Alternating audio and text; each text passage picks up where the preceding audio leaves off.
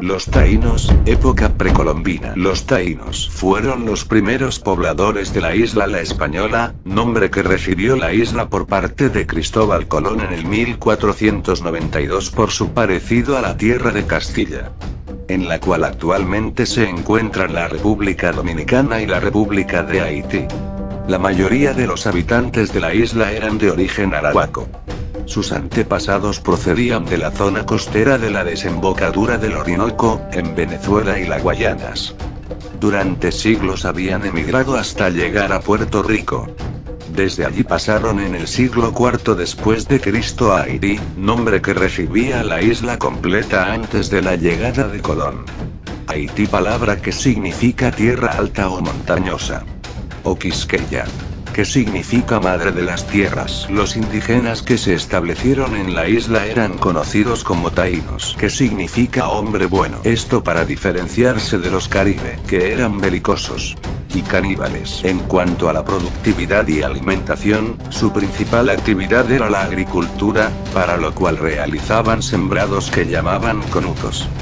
Cultivaban la mandioca, nombre que le daban a la yuca, fermentaban la yuca para obtener una bebida embriagadora llamada bicu, además obtenían de la yuca el cazabe, que es una especie de pan de yuca. Esta formaba parte de su dieta y es consumido hoy en día. También cultivaban maíz, papa, piña, entre otros. Eran cazadores, cazaban pequeños roedores, iguanas, serpientes y algunas aves. Asimismo también pesaban con varias técnicas empleando anzuelos. Dormían en hamacas que ellos mismos fabricaban.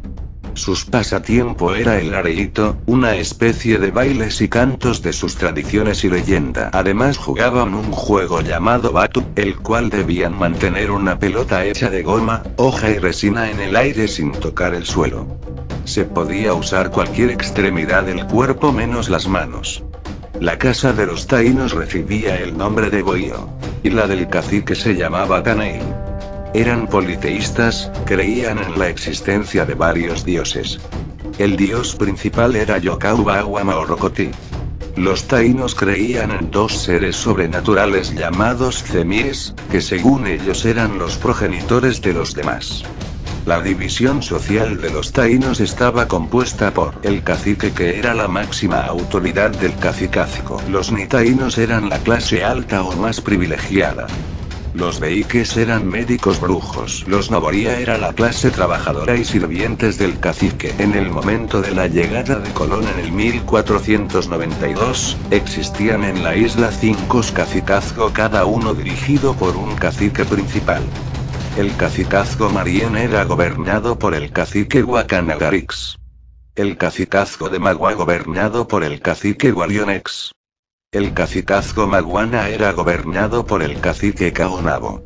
El cacicazgo de Higüey era gobernado por el cacique Cayacoa. El cacicazgo Jaragua era gobernado por el cacique Boechío. Con la llegada de los europeos en el 1492 comienza el posterior declive de la cultura taína. Hubieron varias causas que contribuyeron con la extinción de los taínos, entre las principales podemos citar: los combates en desventaja de armamento contra los españoles, genocidios cometidos en contra de las mujeres, niños y ancianos indefensos, y la muerte por hambre, enfermedades y trabajos forzados.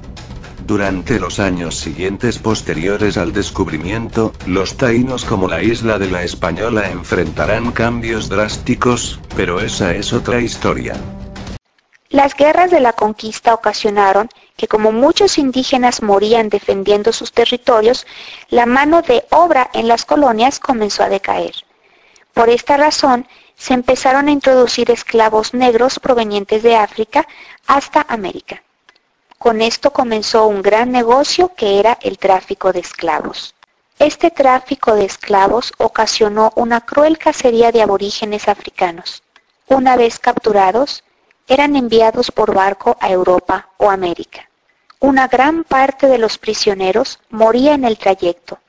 Los que sobrevivían eran vendidos en los mercados negros de Europa, así como los de las colonias inglesas, españolas y portuguesas de América. Se calcula que durante este tiempo África perdió aproximadamente 50 millones de personas a causa del tráfico de esclavos. Los esclavos no tenían derechos, podían ser comprados, vendidos, hipotecados o trasladados de un lugar a otro como si fueran cualquier pertenencia. No podían tener nada legalmente y tenían prohibido hacer contratos civiles como por ejemplo casarse, contraer matrimonio. No fue sino hasta la segunda mitad del siglo XVIII cuando se produjo una reacción humanitaria contra el tráfico de esclavos y se empezó a decretar poco a poco la abolición de la esclavitud en algunos estados de la Unión Americana. Pero no fue sino hasta 1804 que se prohibió la importación de esclavos en los Estados Unidos y hasta 1888 en Brasil. Hoy les relataré sobre los 4 viajes de Cristóbal Colón, espero que lo disfruten. En su primer viaje tenía como objetivo cruzar el Océano Atlántico y llegar al continente asiático. Zarpó del puerto de Palos, España, el 3 de agosto de 1492, al mando de 3 naves, Santa María, La Pinta y La Niña. Primero, ancló en la isla Gran Canaria para aumentar sus provisiones y el 6 de septiembre continuó su viaje con dirección oeste. A las 2 de la madrugada del 12 de octubre de 1492 el marinero Rodrigo de Triana, desde La Pinta vio un cerro iluminado por la luna y gritó tierra, tierra. Al amanecer Colón desembarcó en la isla Guananí, Bahamas, y la bautizó como San Salvador. Había llegado a una isla del Mar Caribe, América, pero el genovés creyó haber llegado a una isla de la India, China o Japón. En Guananí, Colón tomó contacto con los nativos taínos y los llamó indios. Continuando con su viaje, el 27 de octubre Colón llegó a la isla de Cuba y la llamó Juana. El 6 de diciembre llegó a la isla de Santo Domingo y la llamó La Española. Aquí, la noche del 25 de diciembre la Santa María chocó con unas rocas y encalló. Con sus tablas, Colón construyó el fortín La Navidad. Aquí dejó a 40 hombres al mando de Diego de Arana y el 2 de enero de 1493 inició el regreso a España a bordo de la carabela La Niña. En su segundo viaje tenía como objetivo establecer los primeros pueblos cristianos en las islas descubiertas en su primer viaje, encontrar la Gran Khan, rico monarca del lejano oriente, y explotar las riquezas del Asia. Zarpó de Cádiz el 25 de septiembre de 1493. Con 17 naves y 1500 hombres, cruzó el Océano Atlántico hasta el 3 de noviembre llegó a la isla Dominica, Pequeñas Antillas.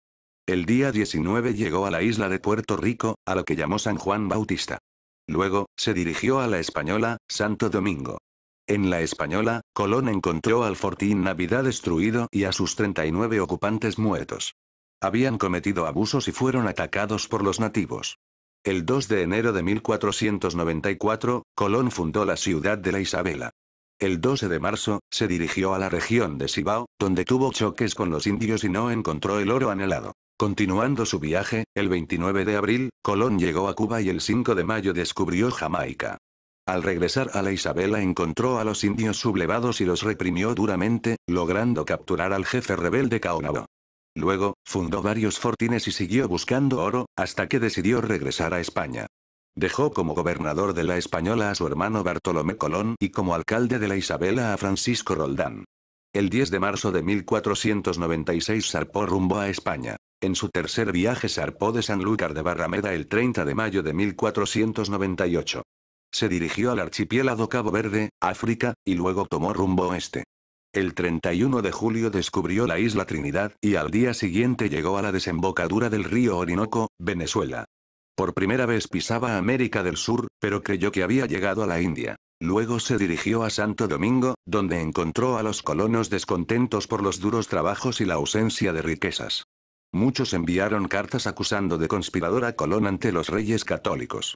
Estos, enviaron al juez Francisco de Bobadilla, quien al llegar mandó apresar a Colón y sus hermanos Bartolomé y Diego. Los tres fueron embarcados rumbo a Cádiz, España, a donde llegaron el 25 de noviembre de 1500. Poco después fueron liberados por la reina Isabel la Católica. Sin embargo, Cristóbal Colón fue suspendido de los privilegios obtenidos en la capitulación de Santa Fe de 1492. En su cuarto y último viaje zarpó de Cádiz el 9 de mayo de 1502, al mando de 4 carabelas. Cruzó el Atlántico después de pasar por las islas Martinica, La Española y Jamaica, el 30 de julio llegó a Honduras. Luego exploró las costas de Nicaragua y Costa Rica. Al llegar a Panamá sufrió fuertes ataques indígenas, le obligaron a dejar sus costas. El 25 de junio de 1503 llegó a Jamaica con naves maltrechas y sin alimentos. Por ello envió una flotilla de canoas al mando de Diego Méndez rumbo a Santo Domingo para pedir ayuda. Recién el 26 de junio de 1504 llegó un barco para llevarlo a Santo Domingo. Aquí llegó el 13 de agosto y, al no obtener ayuda del gobernador Nicolás de Obando, un mes después se embarcó rumbo a España en una vieja carabela alquilada. Llegó a Sanlúcar de Barrameda el 7 de noviembre de 1504, enfermo, triste y derrotado.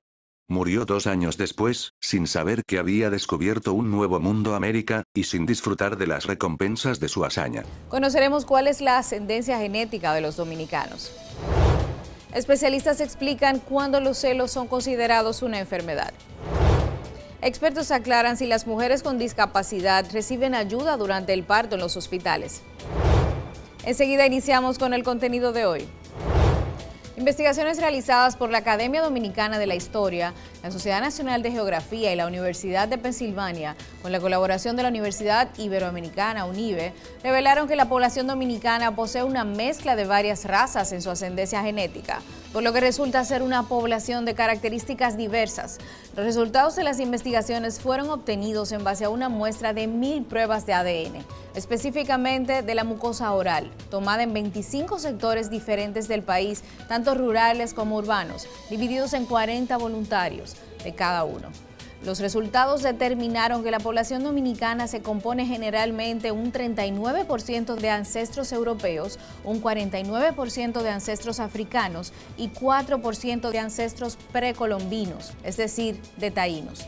En este sentido, la población dominicana predomina la ascendencia genética africana. Sin embargo, día a día muchos son testigos de episodios de discriminación donde las personas rechazan y juzgan a otras por su tez oscura, sin tomar en cuenta que la misma responde a una realidad de herencia genética que todos los dominicanos tenemos. A esto se suma el hecho de que en muchas ocasiones a algunas personas se les ha prohibido la entrada a ciertos establecimientos nocturnos por su color de piel, lo que da a entender que el dominicano no acepta de dónde proviene y que incluso lo rechaza. De acuerdo a una encuesta realizada por Pulso Dominicano, el 60.7% de las personas considera que en República Dominicana existe mucha discriminación. El 19.7% dice que no existe ni mucha ni poca y el 15.7% sostiene que existe poca discriminación, mientras que el 3.8% sostiene que no existe discriminación en nuestro país. La realidad es que, aún siendo una población mayoritariamente mulata, de generación en generación se ha transmitido la idea de que el color blanco es sinónimo de honestidad, de buen estado social y de belleza, mientras que el color negro es relacionado con factores negativos, con pobreza, con planteamientos que son completamente falsos y que ha sido la base de muchas protestas. Quisimos saber si las personas le tienen más confianza a una persona de piel clara que a una de piel oscura. Veamos qué opinan. A las dos, porque todos somos iguales, claro que sí. Yo le tengo confianza a lo mejor amigo, dependiendo si es mi amigo, a cualquier persona, no importa el color de nadie. Yo tengo un concepto bien definido sobre eso. Yo, para mí, nada más existe ser humano. Yo no tengo problema con ser negro o con ser blanco. Para mí la raza ser humano que existe.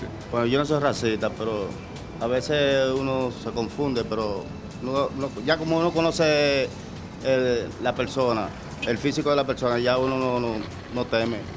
Para mí, todos son iguales, yo creo. A diferencia de otros países con rasgos genéticos similares, los dominicanos con frecuencia suelen describirse como mixtos o mulatos, siempre evitando el uso de la palabra negro, ya que sienten que es una forma de desvalorizarse. A final de todo, no es el color de piel lo que determina lo que vale una persona. No es el color de la piel lo que determina si es honesta, si es buena gente o qué tan responsable sea. Cuando una persona no acepta de dónde proviene ni acepta su raza, rechaza su identidad y buscará imitar y parecerse a quien no debería, lo que da como resultado personas infelices con su apariencia y con muy baja autoestima. Por eso es importante romper con estos prejuicios y empezar a aceptar y a vivir nuestra genética, que hace que nuestra raza sea diferente y especial. Las personas que sean blancas, indias, mulatas o negras siguen siendo personas con el mismo valor y los mismos derechos. Haremos una pausa, pero al regreso explicaremos cuándo los celos son considerados una enfermedad. Y además aclararemos si las mujeres con discapacidad reciben ayuda durante el parto en los hospitales públicos. RenderForce.com